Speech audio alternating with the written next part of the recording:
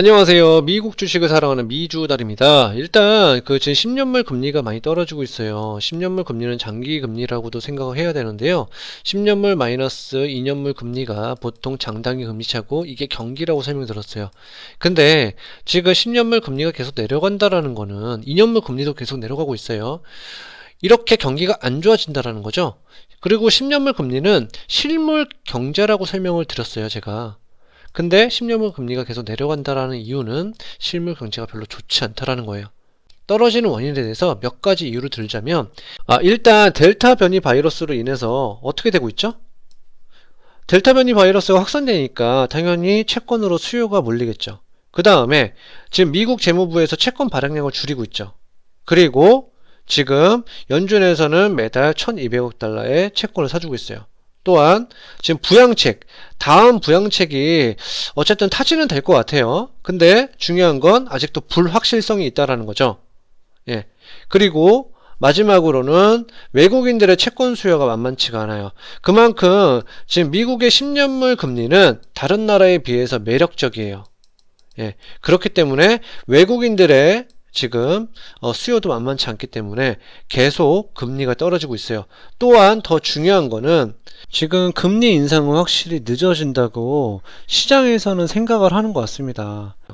그래서 지금 금리가 계속 빠지고 있는 모습을 보여주고 있습니다. 그래서 지금 PMI 지수가 발표가 됐죠. 보여드릴게요.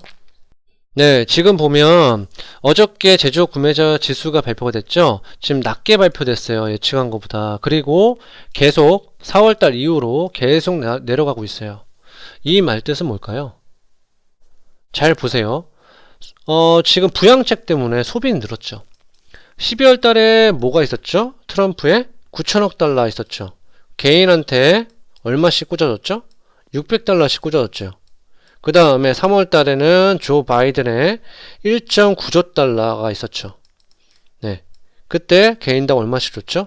1,400달러씩 줬죠. 맞죠? 근데 요번에 나오는 지금 인프라들 같은 경우는 있잖아요.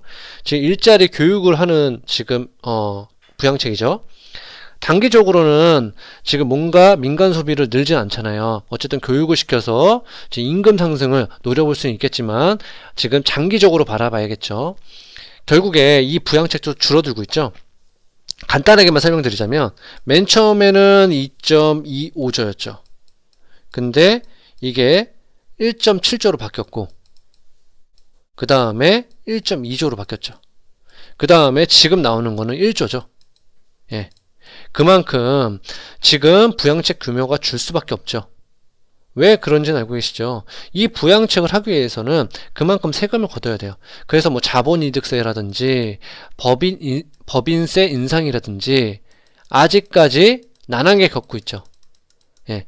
법인세는 지금 물밑 작업을 제대로 하고 있어요. 지금 21%에서 28%로 늘리려고 했는데 이거를 25%까지 하자고 하죠. 네. 그래서 지금 보면 법인세 인상이 21%에서 28%, 25% 계속 난항을 겪고 있어요. 왜 그런지는 알고 계시죠? 너무 비싸다라는 거죠. 그래서 지금 재무부장과 자네 옐런 의장이 어떻게 했냐? 글로벌 법인세를 어쨌든 지금 추진시켰죠. 최저세율을 15%로 했어요. 그러면 한번 생각해 보세요. 해외에 미국 기업들이 10%밖에 차이 안 나잖아요. 그럼 다시 들어올 수도 있겠죠. 예. 그런 효과를 보기 위해서 글로벌 최저 법인세 인상을 추진을 시켰고요. 그 기사 내용 간단하게 볼게요. 간단하게 보면 지금 G20에서 경제수장들 글로벌 최저 법인세율 도입 승인. 그쵸? 그래서 어쨌든 이런 큰 그림을 그리고 있고요. 중요한 건 그게 아니고 지금 단기적으로 보면 민간 소비가 늘어났잖아요. 방금 전에 설명드렸듯이. 근데 공급이 따라주지 못하고 있죠. 당연하죠. 공장들이 셧다운돼서 사람들을 다 해고했죠. 그 사람들 다시 고용하고 다시 그 유통망 구성하고 하는데 시간이 많이 걸리겠죠. 결국에 시간이 지나면 이 공급망도 다시 올라올 겁니다. 그렇지만 지금 현재로서는 이런 공급 병목 현상이 일어날 수밖에 없겠죠. 오죽하면 중고차 1년 된 중고차 가격이랑 신차 가격이랑 거의 차이가 없죠. 예. 공급의 병목 현상이 일어나면 어떻게 되죠? 당연히 수요는 많은데 공급이 적어요. 그럼 물가가 올라가죠. 물가 올라가면 소비가 위축되겠죠. 소비가 위축되면 어떻게 돼요? 성장이 감소하겠죠. 예. GDP에서 70% 차지하는 게 민간 소비라고 했어요. 그만큼 민간 소비가 중요해요. 근데 성장이 감소해요. 성장이 감소하면 어떻게 돼요? 성장이 약한 상태에서 테이퍼링이 들어가면 성장이 빠르게 약해지겠죠. 그러면 오히려 금리가 내려갈 거예요. 예. 그러면 이렇게 되면 네, 연준에서는 함부로 테이퍼링 못 하겠죠. 예, 그런 점도 있고요. 그러니까 이런 점도 있다라는 거를 알고 계셨으면 해서 알려드리는 거예요. 어쨌든 이런 공급의 병목 현상은 결국에 해결은 될 겁니다. 예, 그래서 이런 사이드로도 한번 생각을 해보셨으면 해서 설명을 드렸고요. 구리라든지 커퍼라든지 지금 뭐 철광석이라든지 계속 올라가고 있죠. 예. 그래서 이런 점을 보면 원자재 값이 급등한 것도 없지 않아 있어요. 그래서 생산자 물가 지수가 이렇게 올라가는데 중요한 건 소비자 물가 지수가 그만큼 올라와 주지를 못하고 있어요. 예, 그 말 뜻은 뭐냐면 이 생산자들이 물건을 만들잖아요. 소비자한테 전가시켜야 돼요. 근데 물가가 오른 만큼 생산자 물가 지수가 오른 만큼 소비자 물가 지수에다가 소비자들한테 부담을 해줘야 되는데 이 소비자 물가 지수는 그에 반해 덜 오르죠. 오르긴 올라도.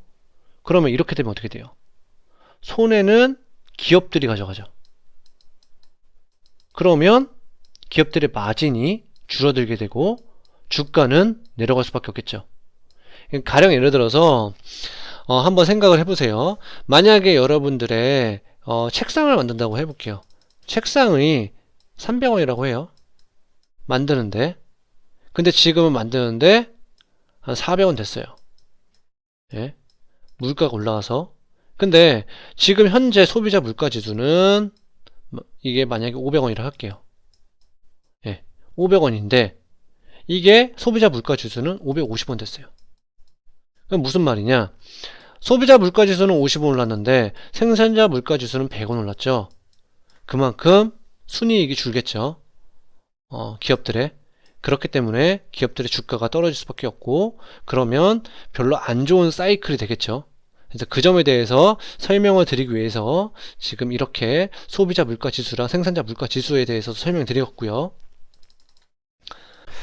예, 지금 보면 소비자 물가 지수가 중요한 게 아니에요. 연준이 테이퍼링을 할 것이냐 안 할 것이냐가 중요하죠. 결국에 저는 테이퍼링은 할 거라고 생각합니다. 그게 왜 그런지에 대해서는 제가 뒤에다가 얘기를 할 거고요. 보면 연준이 지금 돈을 많이 풀었죠. 많이 풀어서 성장이 나와야 돼요. 성장은 나오고 있어요. 성장률이 생각보다 많이 안 나와서 그렇죠. 근데 기대했던 것만큼 안 나올지라도 부작용도 생각을 해야 돼요. 예, 그걸 무시하고 갔다가는 더 큰 문제를 야기시킬 수 있습니다. 그러니까 성장이 나올 때까지 돈을 풀면 어떻게 되죠? 지금도 버블 하잖아요. 그 부작용이 나올 수도 있다라는 거예요. 네. 만약에 그 부작용이 나온다면 어떤 게 나오냐면 디플레이션 상황이 나옵니다. 가령 디플레이션 상황이 나오면 더 많은 돈이 필요하겠죠. 그러면 더 많은 부채를 찍어내는 거죠. 돈을 찍어내는 거잖아요. 그럼 간단하게 한번 생각해 보세요. 돈을 더 찍어낸다? 그러면 화폐 가치가 폭락하겠죠. 그럼 하이퍼 인플레이션을 유발하고 경제가 폭망하겠죠. 그러니까 1차 대전 때 독일이 전쟁 배상금을 갖기 위해서 이런 식으로 돈을 찍었잖아요.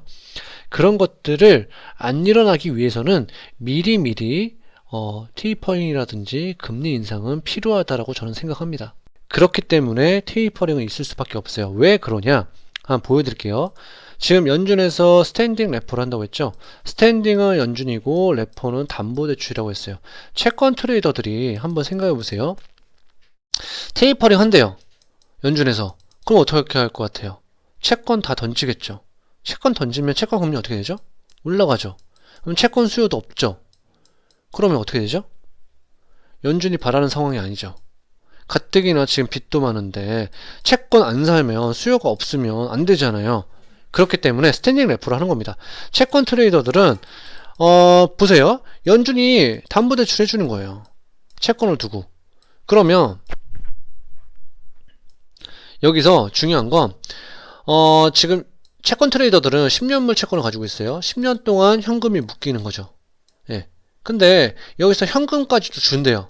그러면 당연히 채권 트레이더들은 배를 땡큐죠. 채권도 가지고 있으면서 이 담보대출한 현금으로 또 돈을 굴릴 수 있으니까요. 그렇기 때문에 저는 스탠딩 레포가 바로 연준이 테이퍼링을 하기 위한 그런 안전장치이지 않을까 싶고요. 또 하나 설명을 드릴게요. 지금 보면 IMF 즉 회원국에 한해서 지금 승인을 한 거예요. 6,500달러를. 이게 무슨 말이냐? 한번 생각을 해보세요. 예전에도 한번 설명드렸는데 미국이 있어요. 신흥국이 있어요. 보통 성장이 이쪽이 세죠. 부양책을 그만큼 더 많이 하잖아요. 당연히 성장이 덜 하겠죠. 미국만큼 부양책을 못하니까. 그리고 당연히 금리는 올라갈 수밖에 없겠죠. 그리고 신흥국들은 금리가 당연히 내려갈 수밖에 없겠죠. 그러면 제가 그때도 설명드렸지만 금리가 낮은 데서 금리가 높은 데로 가겠죠. 왜냐하면 여기 금리가 낮아서 지금 투자할 메리트가 없잖아요. 근데 성장이 높으니까 금리가 올라가죠. 그러면 당연히 금리 높은 데로 투자를 하겠죠. 그러면 돈이 이쪽으로 들어가겠죠. 맞죠? 이게 자본 유출이죠. 그쵸? 이렇게 되면 신흥국들은 돈이 없잖아요. 예? 그래서 지금 신흥국들이 금리 인상하는 이유가 그 이유예요. 왜냐하면 지금 금리를 인상해버리면 단기적으로 돈이 안 빠져나갈 거 아니에요. 자본 유출이. 예. 그래서 지금 금리를 인상하는 건데 중요한 건 이 자본 유출을 막기 위해서 이 지금 IMF 회원국에 한해서 6,500억 달러를 지급을 해준다라는 거예요. 그래서 다시 정리해서 설명을 드리자면 자본 유출이 커지잖아요. 그러면 그 부족한 금액을 이 6,500억 달러에서 사용을 해라. 예, 그 한도 내에서. 나라마다 한도는 다 틀려요. 그렇지만 어쨌든 이런 장치를 마련한다는 것 자체가 테이퍼링을 하기 위한 저는 미국에서 조치를 취하는 것 같고요.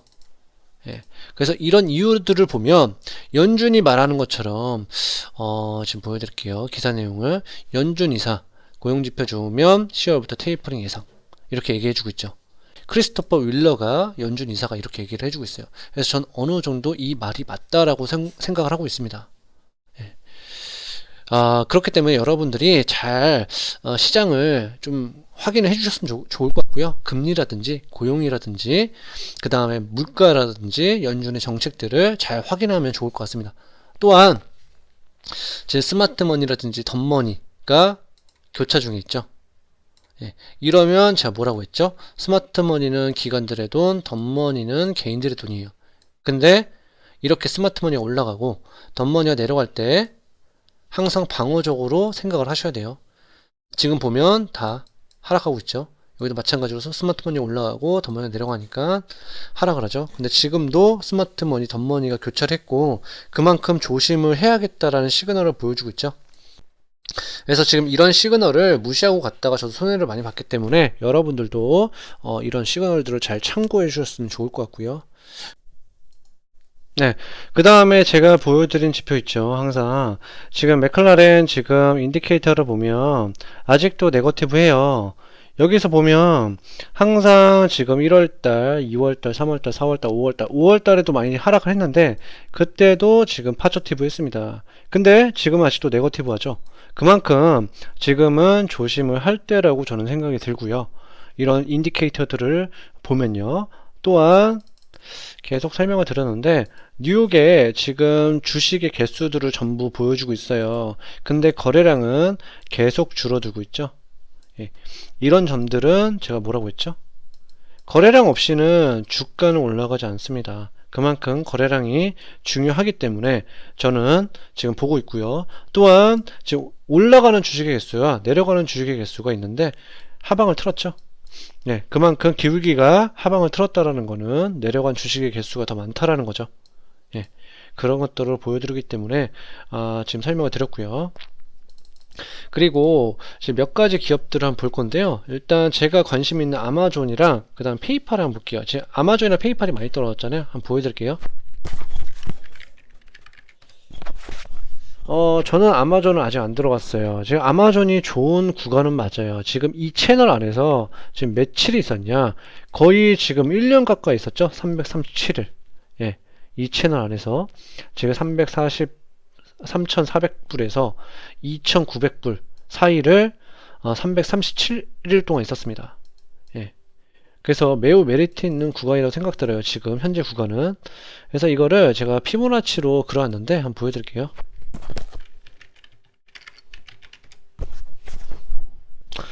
예, 지금 보면 제가 이 채널 안에서 있는 거를 그려놨습니다.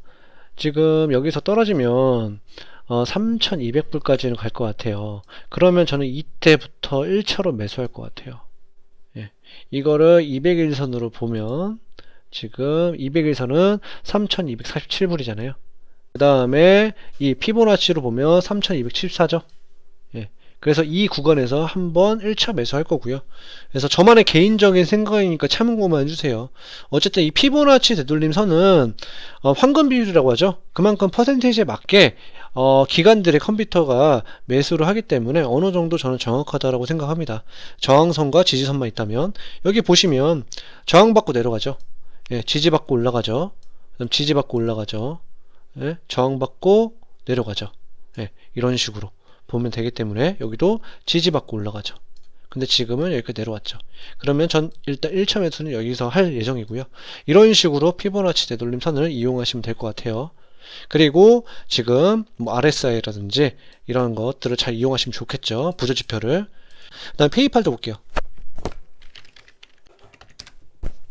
지금 보면 페이팔 괜찮은 구간에 왔어요. 지금 100일선에 터치를 했고 중요한 건 266불에 오면 이때가 1차로 매수하면 좋을 것 같아요. 지금은 이게 하락 추세가 계속 이어질 것 같아요. 페이팔 같은 경우도 지금 RSI도 하방 틀고 있죠. 그 다음에 CCI도 하방 틀고 있고, 예, 그 다음에 슬로우 스토캐스도 하방 틀고 있습니다. 그 다음에 맥디도 다 하방 틀고 있기 때문에 각종 보조지표가 좋지 않고 지금 계속 하락 추세선은 이어질 것 같아서 제가 봤을 때는 지금 266불에서 1차가 매수를 이쪽에서 하시면 될 것 같고 만약에 2차로 하신다면 256불 정도라고 저는 생각하고 있습니다. 그래서 저만의 개인적인 생각이니까 참고만 해주시면 좋을 것 같고요. 피보나치 되돌림선은 왜 이용한다고 했죠? 네, 아까 전에 제가 설명을 드렸지만 다시 한번 설명 드릴게요. 보면 여기서 지지받고 올라가죠. 저항받고 내려오죠. 지지받고 올라가죠. 예, 저항받고 내려오죠. 이런 식으로 이용하면 좋을 것 같아서 피보나치 되돌림선을 여러분들이 잘 사용하면 좋을 것 같습니다. 그래서 저만의 개인적인 생각을 간단하게 나눠봤고요. 그 다음에 주당 순이익도 보여드릴게요. 주당 순이익을 이거 유로 사이트인데 보시면 주당 순이익은 문제가 없어요. 근데 주가만 조정을 받고 있죠. 그러면 괜찮은 구간이라고 생각이 듭니다. 그래서 페이팔에 대해서 설명을 해달라고 하시는 분이 계셔서 간단하게 설명을 드렸어요. 그래서 오늘 제가 준비한 영상은 여기까지고요. 오늘 제 영상이 좋았다면 구독과 좋아요 꼭 부탁드리겠습니다. 그럼 다음에 만나요. 안녕.